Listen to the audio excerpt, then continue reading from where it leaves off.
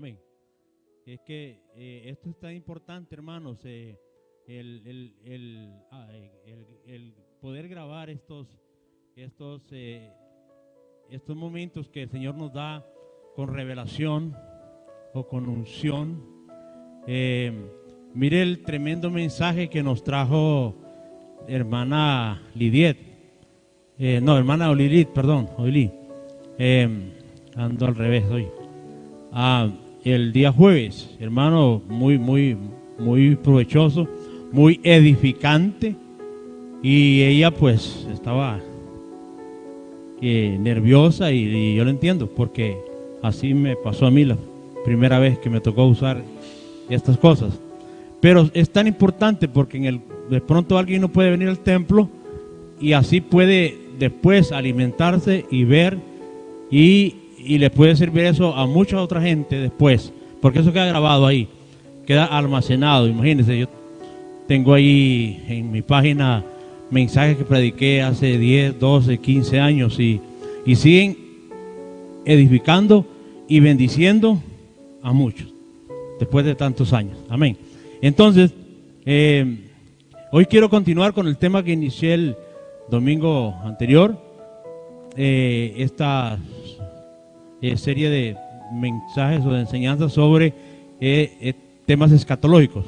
Estamos en los tiempos finales, hermanos. La verdad que yo estoy impresionado de todo lo que está sucediendo, cómo el mundo va tan acelerado. Y hoy con esta enseñanza quiero transmitirle exactamente eso, que el Señor no se equivocó. Bueno, jamás Él se ha equivocado, ni se equivocará.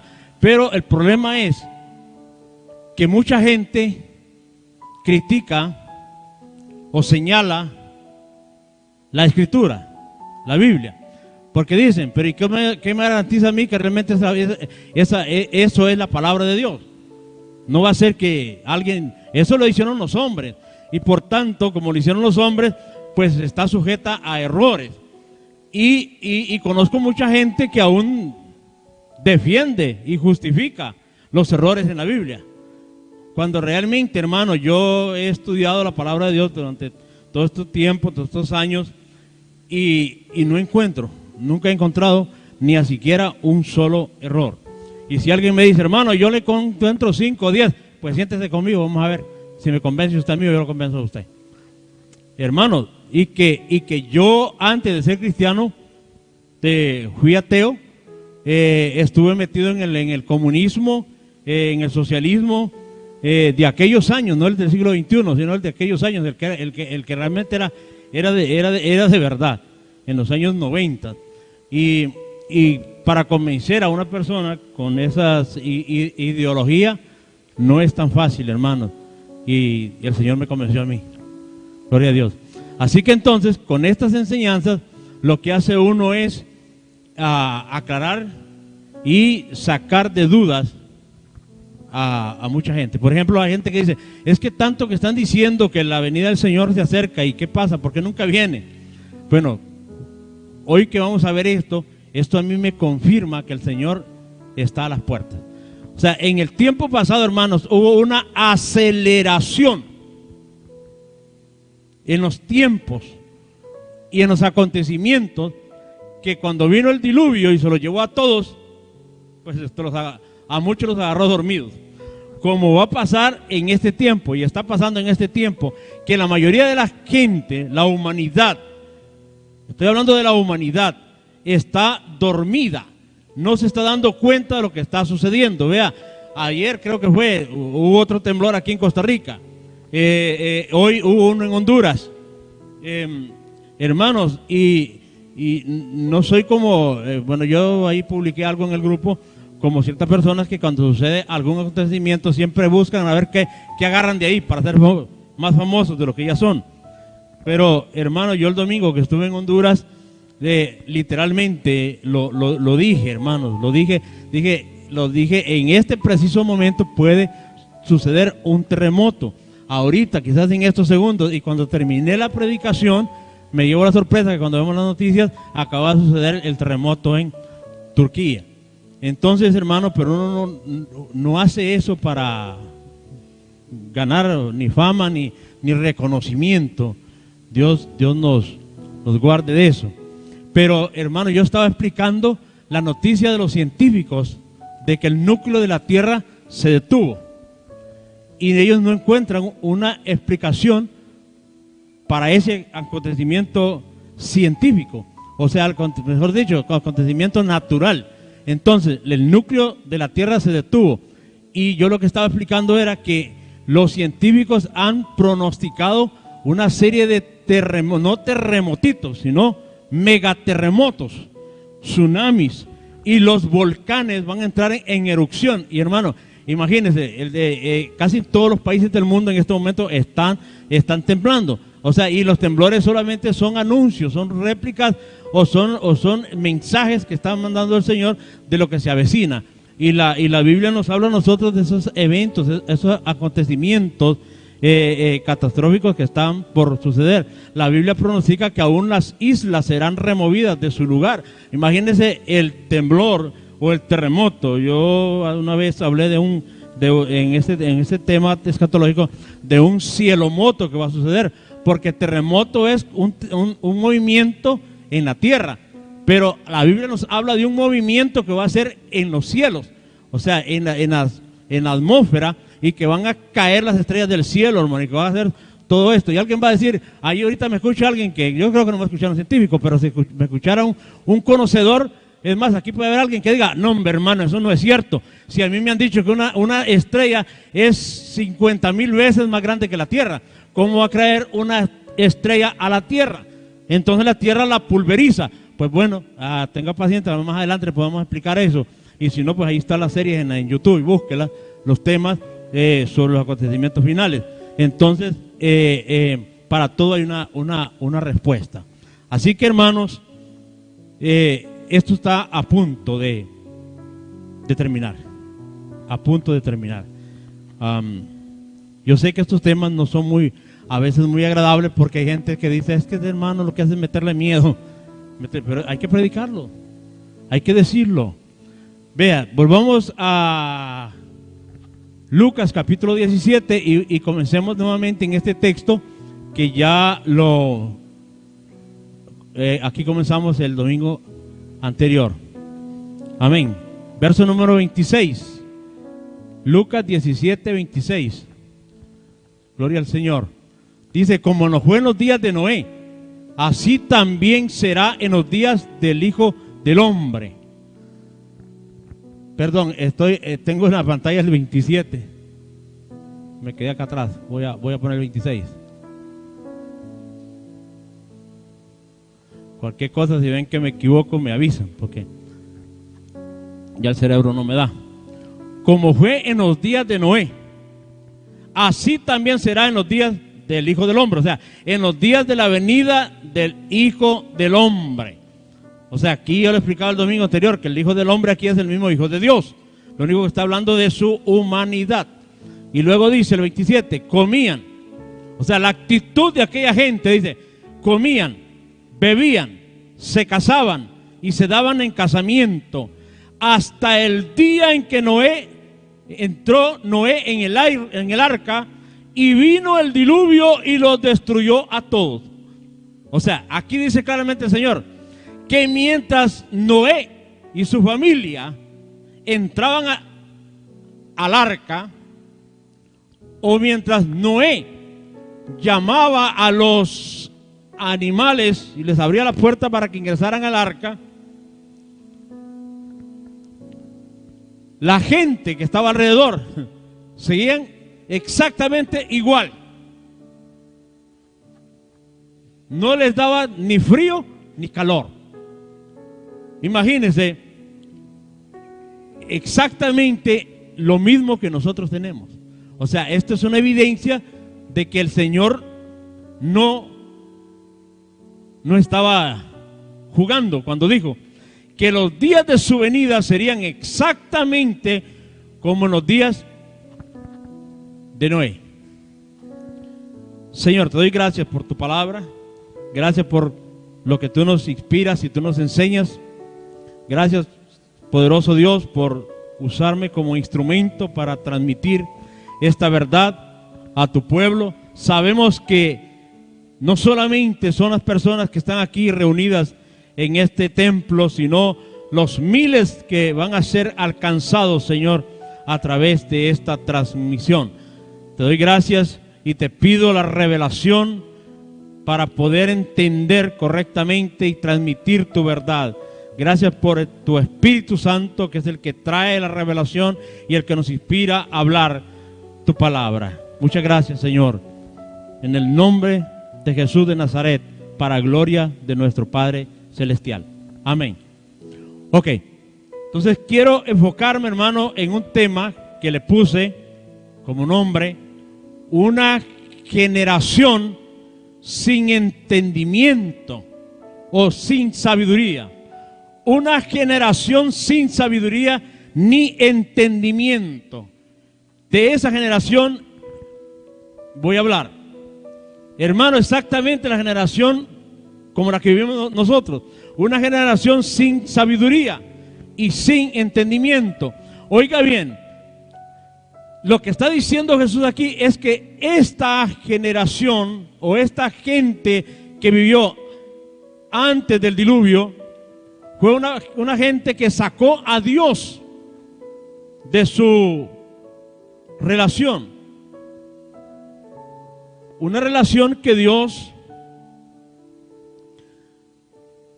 quiso tener siempre con el ser humano, pero el ser humano no le importó.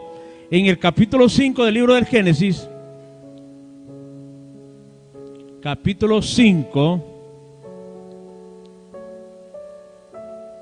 del libro del Génesis, voy a leer en el verso 1, ahí en adelante, unos cuantos versículos. Dice: este es el libro de las generaciones de Adán, o este es el libro de los descendientes de Adán. El día en que creó Dios al hombre, a semejanza de Dios lo hizo, parecido a él, con características similares e importantes. Por ejemplo, nosotros tenemos entendimiento, Dios creó al hombre con sabiduría para que el hombre entendiera el mundo espiritual. Dice el verso número 2: varón y hembra los creó y los bendijo y llamó el nombre de ellos Adán, el día en que fueron creados.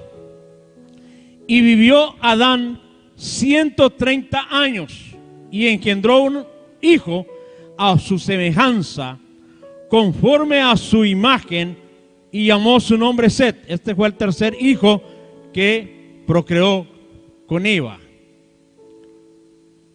Y fueron los días de Adán después de que engendró a Set 800 años, y engendró hijos e hijas.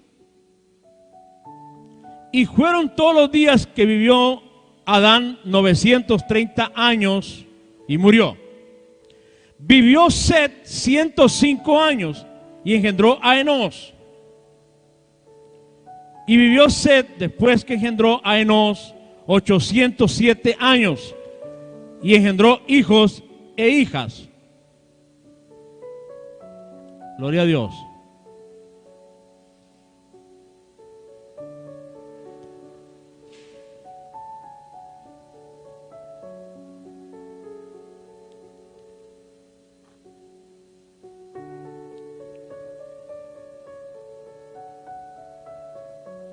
Permítame, voy a buscar otro texto por acá.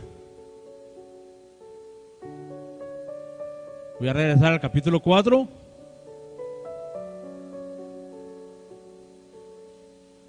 En el verso número 25.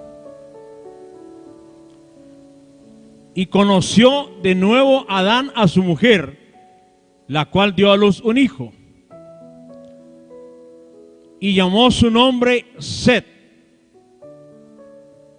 para que no se vaya a confundir, porque mucha gente se confunde a veces con los términos bíblicos, porque alguien dice, pero Eva no era su esposa. No es que ella había tenido dos hijos, a Caín y Abel. ¿Y cómo es que aquí dice que la conoció de nuevo? Y alguien se confunde y dice, entonces fue que seguro Eva se le fue. Y con el tiempo se la volvió a encontrar y la volvió a conocer. No. El término conoció en hebreo significa tuvo intimidad, relaciones íntimas con ella. O sea, desnudó su cuerpo y su alma. Eso en el hebreo lo que significa. Así que entonces conoció Adán a su mujer. Está hablando de que volvió a tener una unión sexual con ella. Gloria a Dios. Entonces dice, conoció de nuevo Adán a su mujer, la cual dio a luz un hijo, y llamó su nombre Set, porque Dios, dijo ella, me ha sustituido otro hijo en lugar de Abel, a quien Caín mató, o mató Caín.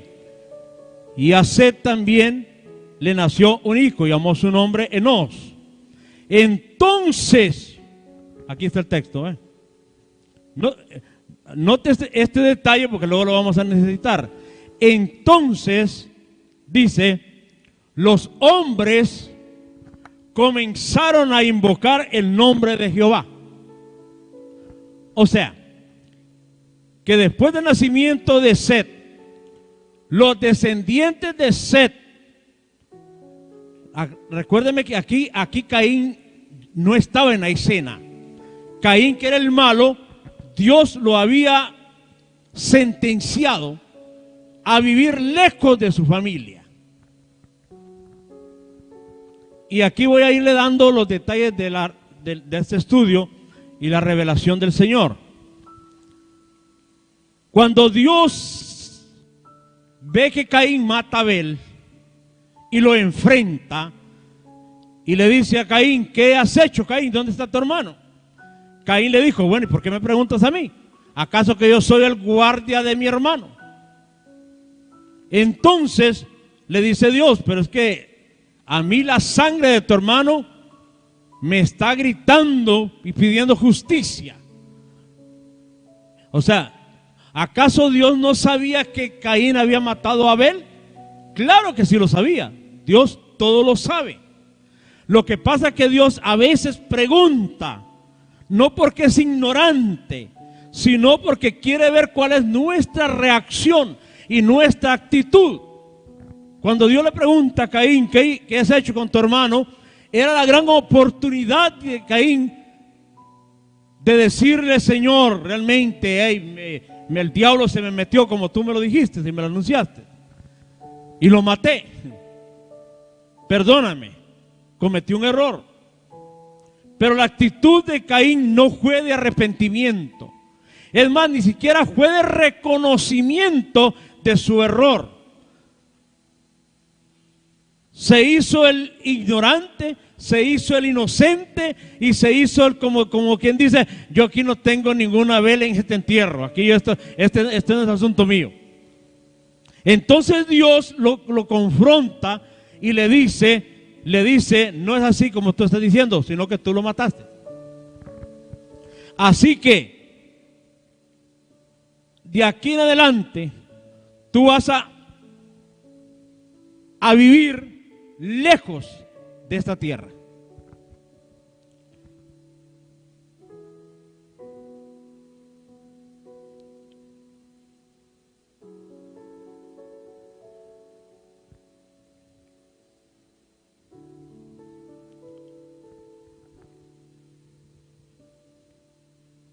Aleluya.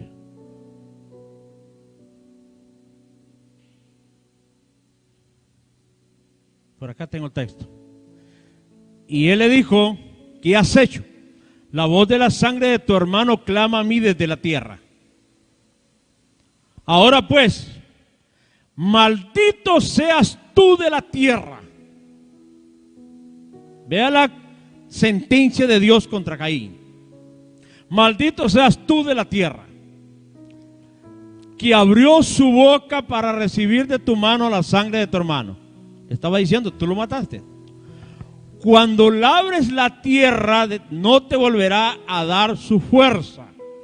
Errante y extranjero serás en la tierra. Yo pienso, hermanos, que no es un estudio difícil de entender. Claramente el Señor le está diciendo a Caín: te me largas. Te me largas.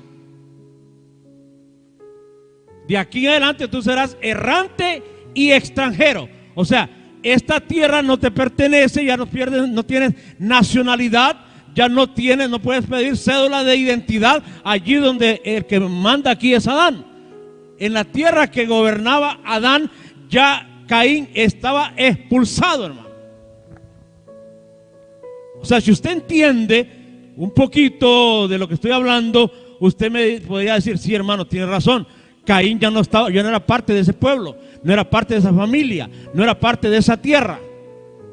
Entonces el domingo pasado vimos que Caín no solamente encontró esposa, sino que también creó toda una dinastía, una familia que fue la que corrompió el mundo, corrompió la tierra. Entonces le hago una pregunta. Esa pregunta teológica que mucha gente los confunde. ¿De dónde sacó la esposa Caín? Y la gente comienza a divariar y a pensar tonteras y a buscar respuestas. Si la Biblia dice claramente que tanto Adán como Eva son las primeras personas sobre la tierra. Es más, Eva, el nombre de ella, que al principio se llamaba varona, pero que luego Dios le puso el nombre Eva, porque ella era la madre de todos los vivientes. Y si el primer hombre, la primera persona fue Abel junto con Caín, y luego dice que nació Set, y luego Set engendró hijos e hijas, y si no había más gente, entonces Caín tenía que haber tomado a una familiar de él por esposa. Posiblemente era una nieta o bisnieta o tal vez tercera, cuarta generación, porque yo hice un estudio sobre las dos genealogías y realmente cuando Caín aparece en la escena, ya la descendencia de Set ya tenía como 3 o 4 generaciones sobre la tierra. O sea que Caín apareció como a los 400 o 500 años después. O sea, cuando ya el mundo estaba poblándose. Pero viene la gran pregunta. Yo me hago la gran pregunta y se la traslado a usted.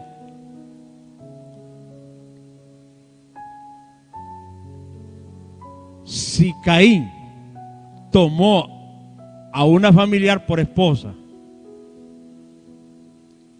¿quién aceptó a Caín en esta familia? ¿Quién le dijo a Caín: venga para acá, mi niño, mi chiquito, que usted nada tiene que andar haciendo, vagando por tantos lugares? Si usted tiene su familia, si usted tiene a su mamá, usted tiene a su papá. Posiblemente ya Adán era un anciano para ese tiempo. Y yo creo que la lógica me dice que alguien de su familia lo tuvo que acercar al resto de la familia. Y alguien podía decir: hermano, pero eso está bueno. Eso no es correcto, alejar a la familia. Pero yo le voy a preguntar a usted: entonces, ¿usted es más sabio que Dios? Si usted dice que había que aceptarlos porque usted es más sabio y más misericordioso que Dios. Y si Dios le había dicho, la sentencia era: te vas de aquí, te vas lejos y serás errante y extranjero. O sea, aquí ya no puedes estar. Entonces, el primer gran error de esa generación,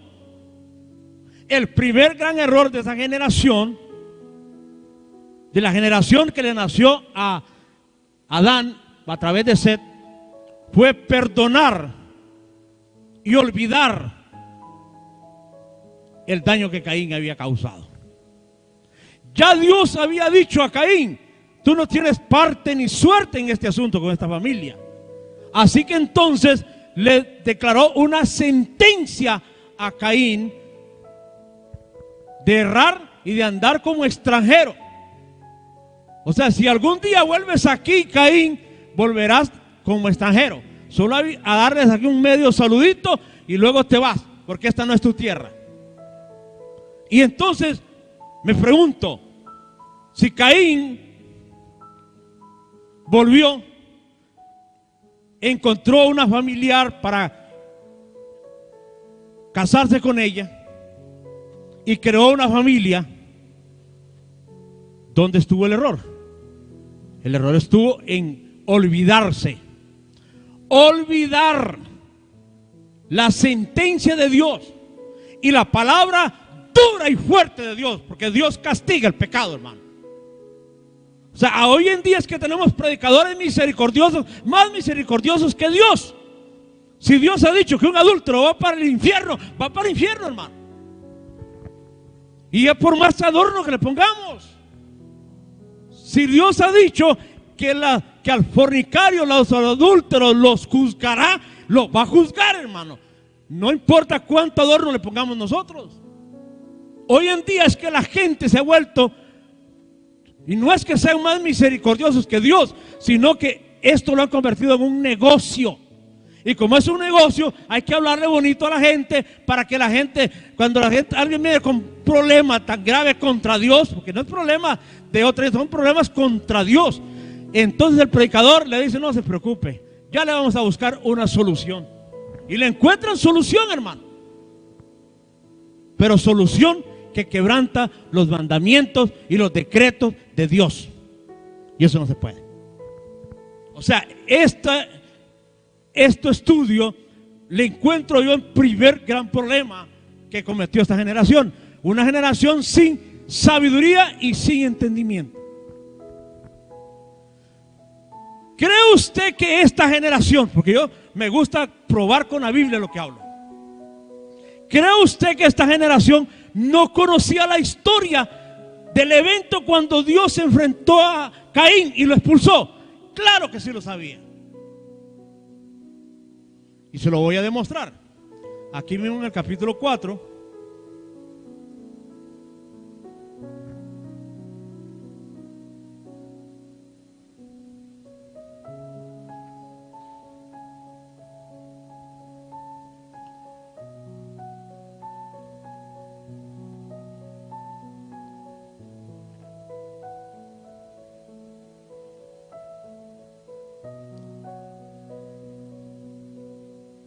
Verso número 23. Aleluya. Y dijo Lamec a sus mujeres.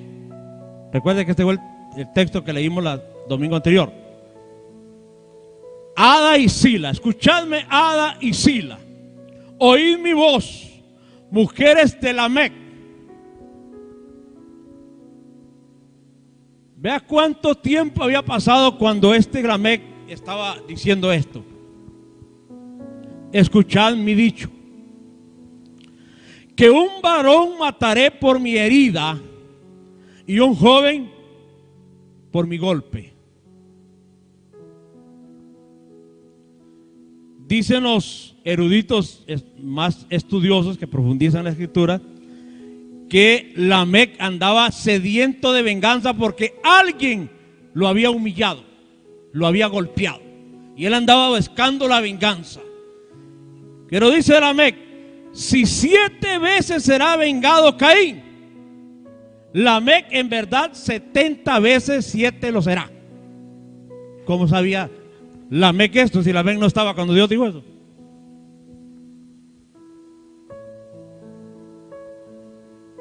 Lamec vino 500, 600 años después. Porque cuando Caín le dijo al Señor: Señor, grande es mi afrenta, resulta que cualquiera que me encuentre me va a matar. Y le dijo Dios: si alguien te hace daño, 7 veces lo castigaré. Yo, dijo Dios, yo mismo castigaré al que levante la mano contra ti. Allí no había nadie más.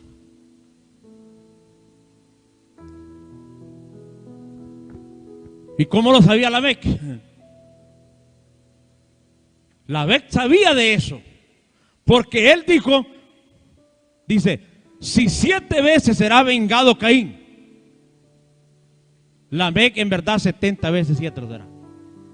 O sea, lo que yo quiero que me entienda es que había conocimiento del evento cuando Caín mató a Abel, y del conocimiento de la sentencia de Dios contra Caín. Y entonces, hermano, ¿cómo van a venir a justificar aquí, a hoy, de que Caín fue recibido, fue perdonado, se le dio esposa y se recibió hasta con música, hermano, y tambores y flautas? No, esto no puede ser posible. Allí comenzó el gran error de esta generación. Por algo entonces, en el tiempo de Noé, fueron cortados todos. ¿Por qué? Porque si hay algo que trae sentencia de Dios sobre nosotros, sobre los seres humanos, es cuando nosotros desobedecemos su palabra. Dios había sentenciado a Caín. ¿Y quién son ustedes?, ha de haber dicho Dios del cielo, para recibir a este asesino. Y alguien dirá, hermano, pero no hay que aplicar el perdón. Sí, le repito, es que usted es más justa que Dios. No, ninguno de nosotros. Hermano, si Dios ha dado una prohibición, Él sabe por qué es. O sea, Dios en su sabiduría quiso evitar que ese engendro del mal volviera y procreara descendencia y contaminara a su descendencia santa. Pero ¿qué le pasó a los santos? Se dejaron embarcar, se dejaron enamorar y terminaron recibiendo al innombrable ese. Por eso es que yo le repito, hermanos, tengamos cuidado, tengamos prudencia. ¿A quién recibimos? ¿A quién le abrimos la puerta? ¿A quién escuchamos? Porque hay gente, hermano, que es capaz de disfrazarse como ángel de luz, aunque sea el diablo mismo en persona.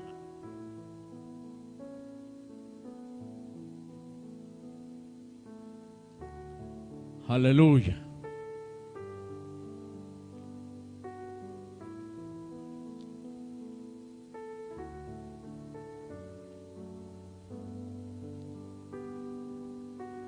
Los veo bien silencios, hermano.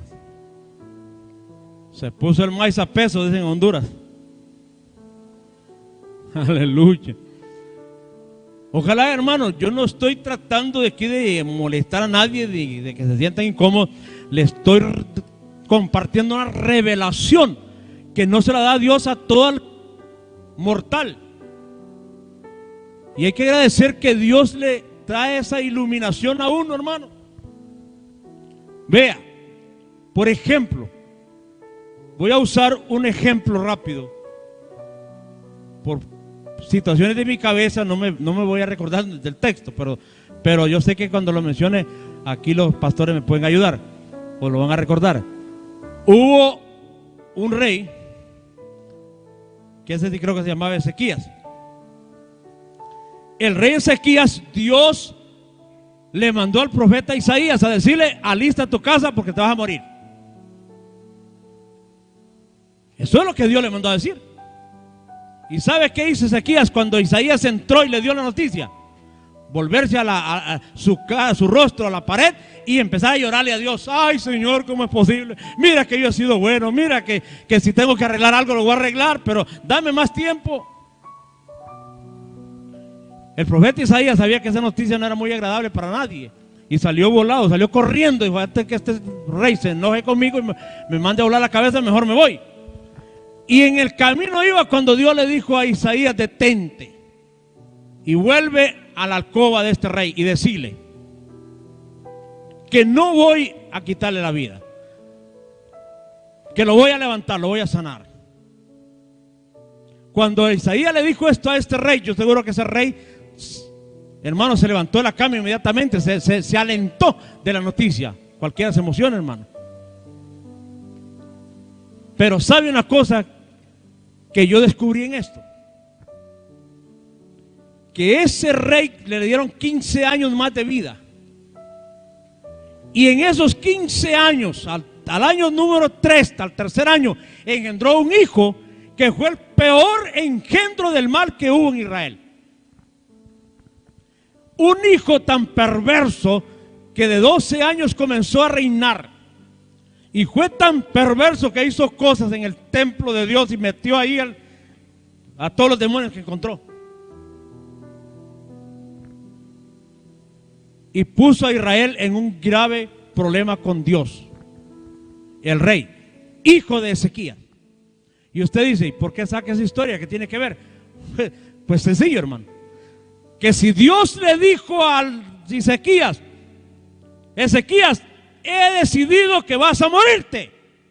Hermano, uno como cristiano hay que tener valentía para aceptar hasta las noticias más negativas que podemos recibir en este mundo. ¿A quién le gusta que le diga que se va a morir? A cualquiera no le gusta. Y no cualquiera está dispuesto a aceptar la voluntad de Dios. Ezequías se opuso a la voluntad de Dios. Y al final de cuentas, él terminó trayendo un engendro malvado que le hizo tanto daño a Israel. Yo sé, tal vez ustedes conocen ese tipo de predicadores. Yo los conozco a montones, hermano. Predicadores que dicen, hermano, si usted le clama a Dios, usted es capaz de hacer que Dios cambie su voluntad. No, esos predicadores no sirven, hermano. Esos son hijos del diablo. Esa palabra no es correcta. Nosotros tenemos que aprender a aceptar y a someternos a la voluntad de Dios. Porque Dios es más sabio que nosotros y sabe de qué nos está guardando.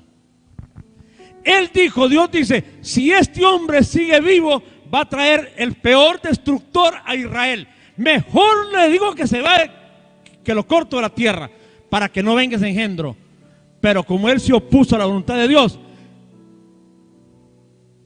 el engendro ese llegó a la tierra.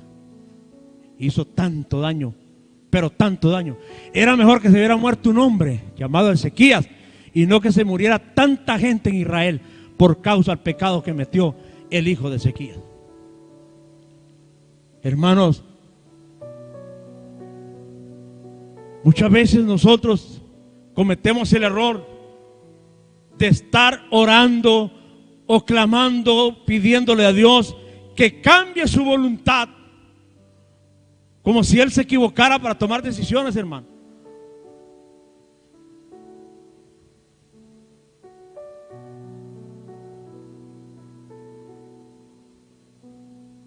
No es así. Dios no se equivoca. Dios sabe por qué está tomando decisiones. Y agarró a Caín y no le dijo a Caín, mira, te voy a hacer unos 2 meses o unos 2 años por allá para que a tu papá y a tu mamá se le vaya el resentimiento y el dolor porque le mataste a tu otro hijo y dentro de unos 10 años volverás. Como le dijeron a Israel, a Abraham cuando le dijo a Dios, tus descendientes van a ser esclavos allí durante 400 años. Pero después de ese tiempo, yo los visitaré y los haré regresar. Hermano, yo sé que la vida, las cosas a veces conmigo no son tan fáciles. Yo soy muy difícil en algunas cosas. Pero, por ejemplo, aquí va a haber un evento aquí en Cañas, que la pastora me mandó la invitación. Yo hasta el día de hoy no le he podido contestar a ella, porque me ha temblado los pies para darle una respuesta. Es con el disque profeta Pablo Chávez, el hijo de Ronnie Chávez. Yo conozco a esa gente de hace tantos años, hermano.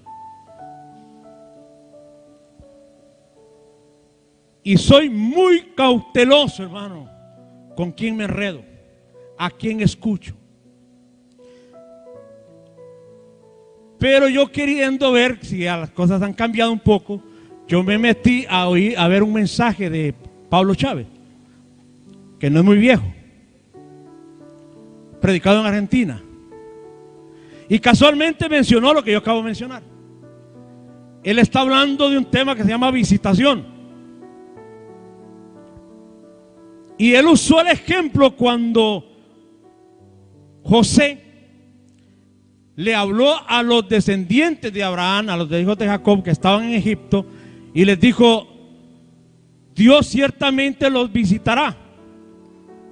Porque él, recuerden que hasta les dijo: cuando eso suceda se llevan hasta los huesos para Canaán. Pero no me gustó que Pablo, y alguien dirá: hermano, no es una falta de respeto, no es mal profeta. Es que yo no, me cuesta mucho, que Dios me perdone si estoy cometiendo un error.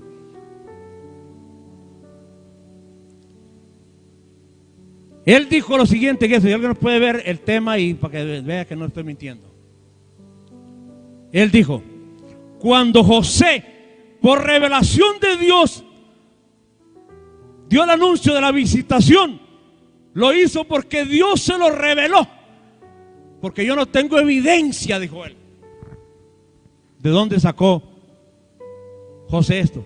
Pues yo sí tengo evidencia, hermano. Porque esto Dios se lo dijo a Abraham. Hace muchos años antes le había dicho a Abraham que su descendencia estaría esclava en Egipto y que él mismo los iba a visitar y los iba a hacer subir de nuevo. Era una promesa que estaba ya escrita, y no me venga Pablo Chávez diciendo que fue una revelación, saber de dónde. Entonces esas son las cosas que a mí me cuesta asimilar de esta gente, hermano. Que ellos dicen: es que Dios me lo dijo, Dios me reveló, cuando Dios no ha dicho nada, hermano. Hay que tener muchísimo cuidado a quién escuchamos. ¿Ya vieron lo que la metida de pata de Rafael Ramírez? Ahí lo publiqué también, diciendo de que un misionero le había llamado y le había dicho que acaban de matar 24 cristianos en la plaza de Turquía, y que Dios trajo el terremoto a Turquía por castigo a los 24 cristianos. Eso no es cierto. En primer lugar, eso es contra la Biblia. Porque en ese terremoto se pudieron haber ido muchos niños. Pudieron haber muerto hasta cristianos. Entonces, ¿qué culpa tienen los demás de la nación por lo que hicieron a 24 cristianos, si eso fuera cierto? Ninguna culpa, hermanos. Entonces son gente que solo buscan llamar la atención, ser famosos, que ya lo son. No deberían de agregarse más, hermano. ¿Qué le costaba a él con la tecnología que hoy tenemos y que ellos usan? Decir: miren, hermanos, aquí está la publicación. Ponerlo allí. Mire, yo como hago aquí todo atarantado como paso, pero ahí busco cómo mostrarle las cosas. Él pudo haber dicho: ahí les voy a postear el enlace de quien me escribió, del misionero. Consúltenle para que comprueben que esto es cierto. No hizo nada, no lo publicó. No dio el nombre del misionero. Y uno busca en las noticias internacionales. Ese suceso no existe, porque solamente son inventos, hermano, para llamar atención. De eso, hermano, es del que estoy hablando. Eso fue lo que hizo Caín. Voy a ir a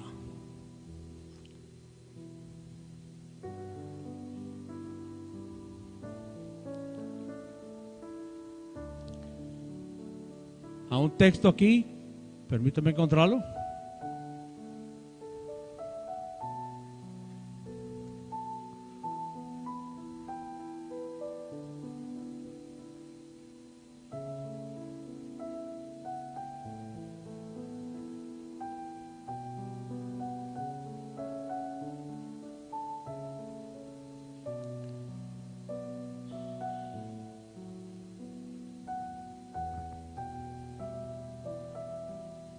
Vamos a ver.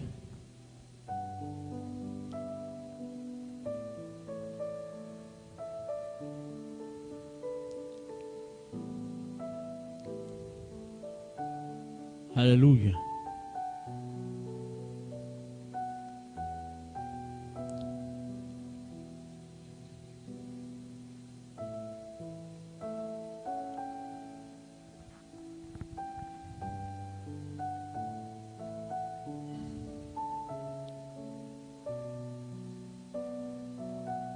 Ok, aquí está, en el verso número 17.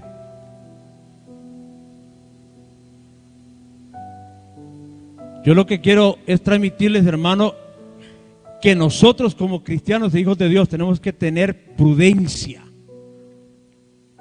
usar sabiduría y tener cuidado con lo que nos rodea. Porque ve esta generación, una generación entera, hermano, se perdió. Verso número 17, vea lo que dice aquí. Y conoció Caín a su mujer, la cual concibió y dio a luz a Enoc. Y edificó una ciudad. Y llamó el nombre de la ciudad,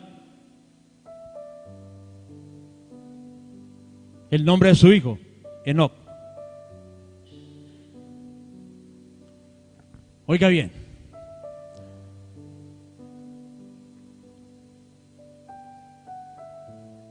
Voy despacio, porque si no me voy a enloquecer. Quedó Adán y Eva. Con el tiempo se consolaron y tuvieron otro hijo, llamado Set. Luego Set engendró hijos e hijas. Luego el primogénito de Set engendró hijos e hijas. Y así nos vamos. Una generación, 2 generaciones, 3 generaciones, 4 generaciones. ¿Cuánta gente pudo haber procreado estas 4 generaciones, hermano? Se pudieron haber convertido en miles de personas. Y ellos estaban siguiendo un modelo, el modelo que Dios les había dado en el huerto.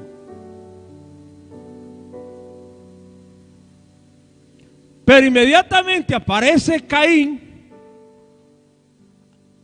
busca llamar la atención de esta familia, lo aceptan, toma una esposa, engendra un hijo y ve a la cabeza de este hombre.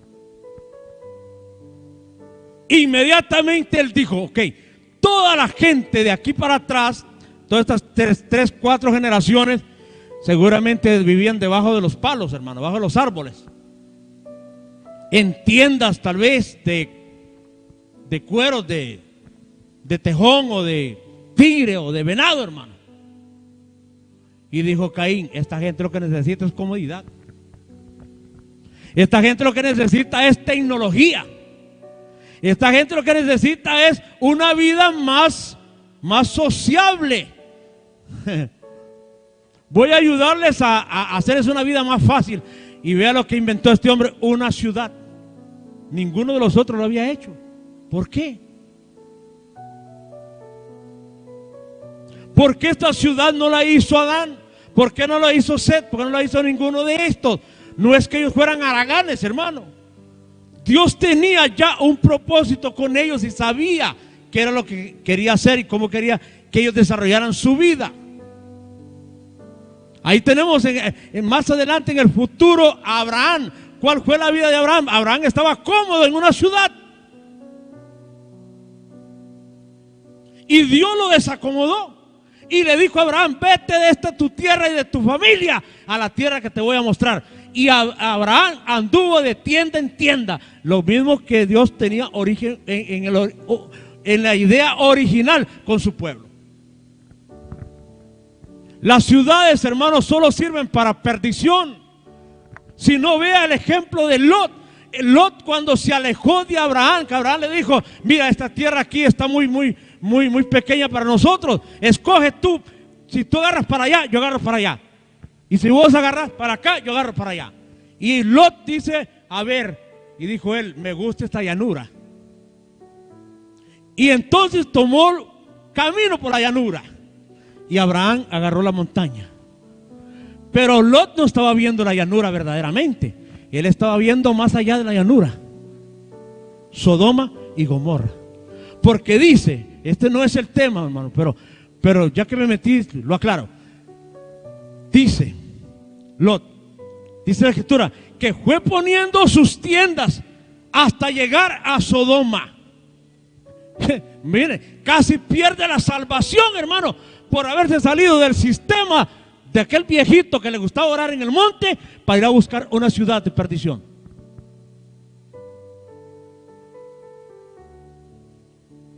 ¿Qué hizo Caín? Ponerle una ciudad a esta gente. Claro, todo el mundo quería ir a vivir a la ciudad con Caín, porque en la ciudad hay más comodidad.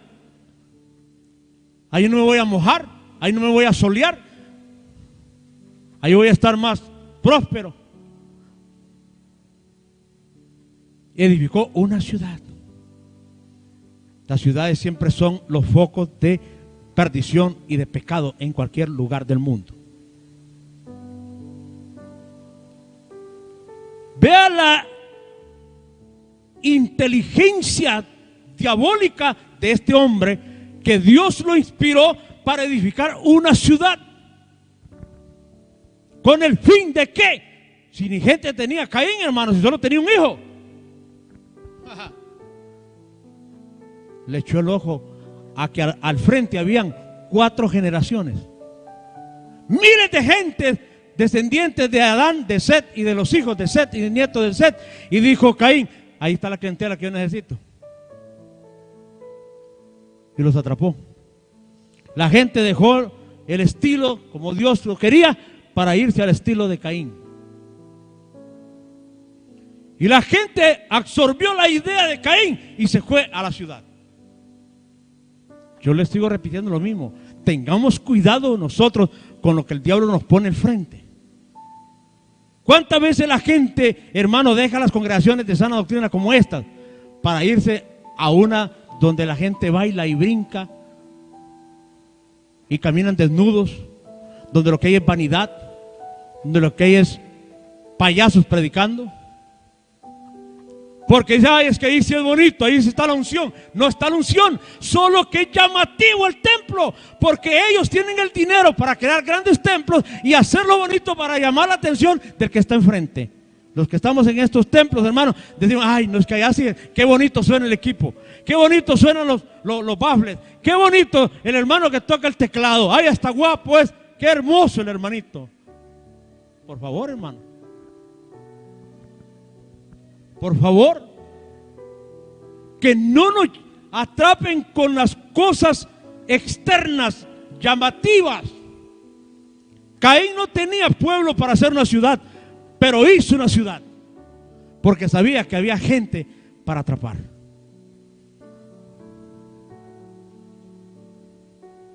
Lo mismo que estamos haciendo hoy en día. Cada día, hermano, es más difícil, se lo digo por experiencia propia. Cada día es más difícil sostener una iglesia de sana doctrina con un mercado enfrente de ella. Porque esas iglesias son mercados, hermano. Son templos que son mercados. Lo que buscan es atraparle a la gente, al miembro, a los miembros, al pastor, humilde, sencillo. Y desdichadamente la mayoría de la gente comete el gran error de correr hacia donde ellos. Y yo creo que esta enseñanza a nosotros nos debe poner a reflexionar. Mejor, como dije el domingo pasado, como dijo el bar aquel de San José, aquí me quedo. Que allá las nenas sean llamativas, ¿qué me importa?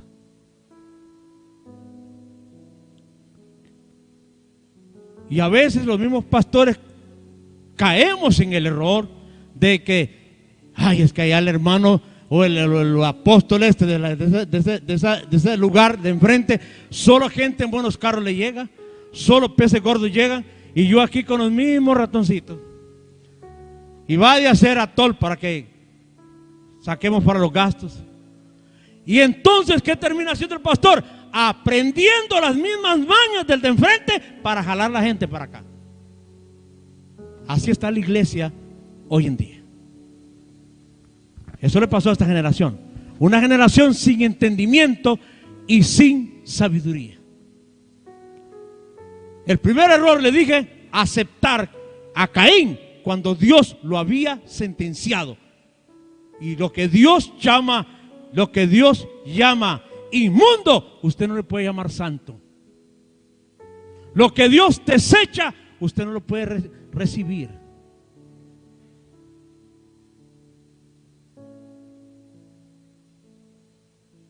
Que no nos pase como Samuel llorando por Saúl. Le dice Dios, no, ya yo lo deseché. Ya Dios lo deseché.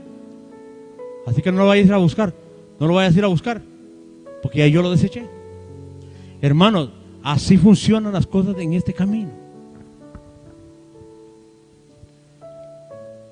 Ok, sé que el tiempo ya se me va. O ya se me fue. Le voy a dar un par de cositas más.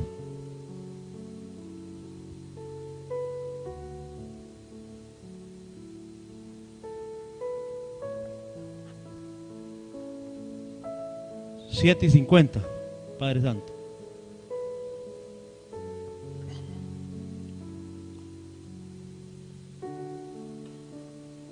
Esto es muy profundo y nos llevará mucho tiempo. Pero bueno, ojalá que el Señor yo a veces dije, Señor, me voy a meter en un tema que me cueste salir, para ver si así no me lleva hasta rápido, para que me dejes terminar, porque esto no es tan rápido, hermano. O sea, esto puede llevar años.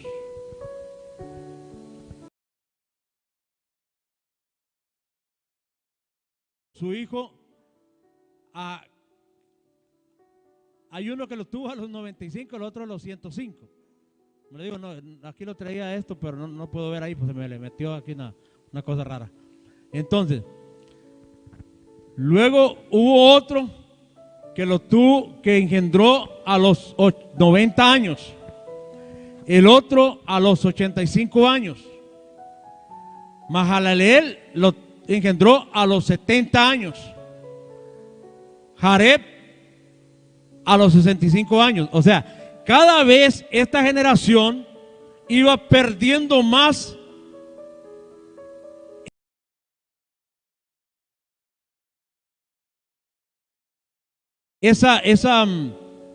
ese cuidado de lo espiritual, y empezó a poner su mirada en lo carnal. Porque recuerden que estaban metidos en una ciudad de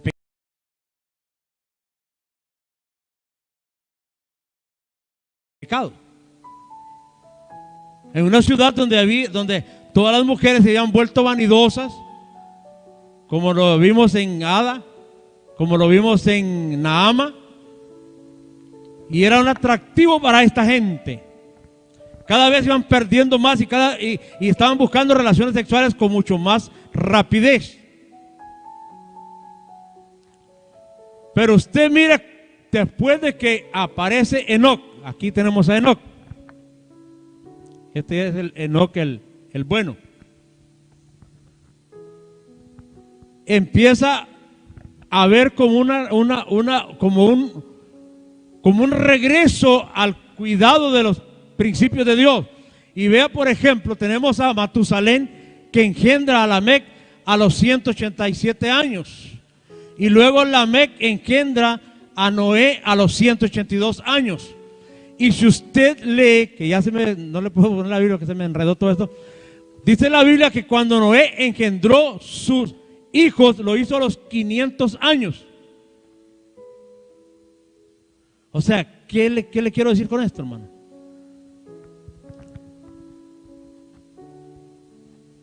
Que cuando Noé vino al mundo, el hombre quiso cambiar ese patrón de vida que llevaba esta generación. Ellos estaban solamente pensando en relaciones sexuales y en cosas del mundo, Pero Noé, 500 años y no había engendrado ni un solo hijo. ¿Se da cuenta del cambio de este hombre en relación al estilo de vida de la generación del frente, la de Caín y la que estaban tomando estos? De pronto yo veo aquí a un Matusalén, alguien que recuperó ese temor a Dios después de Enoc.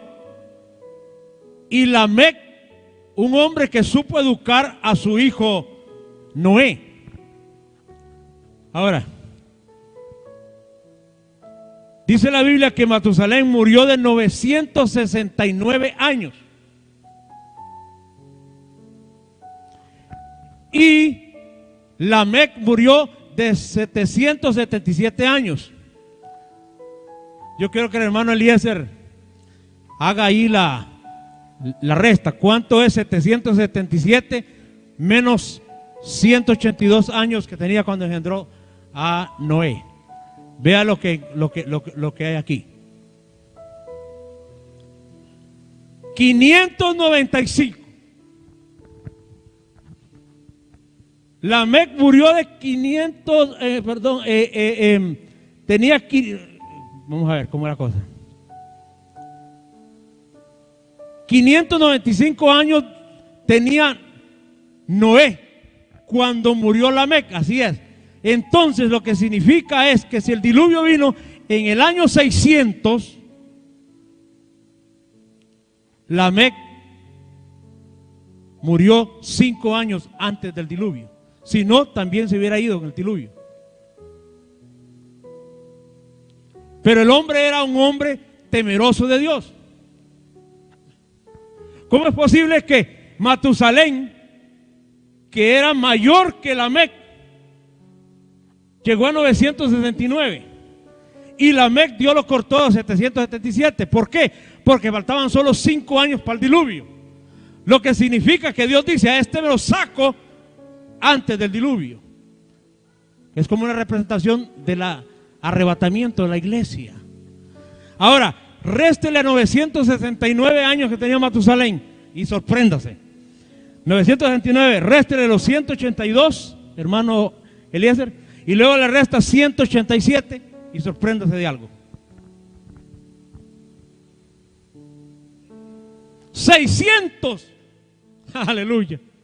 O sea que Matusalén murió exactamente el año 600 de Noé, o sea, el año del diluvio.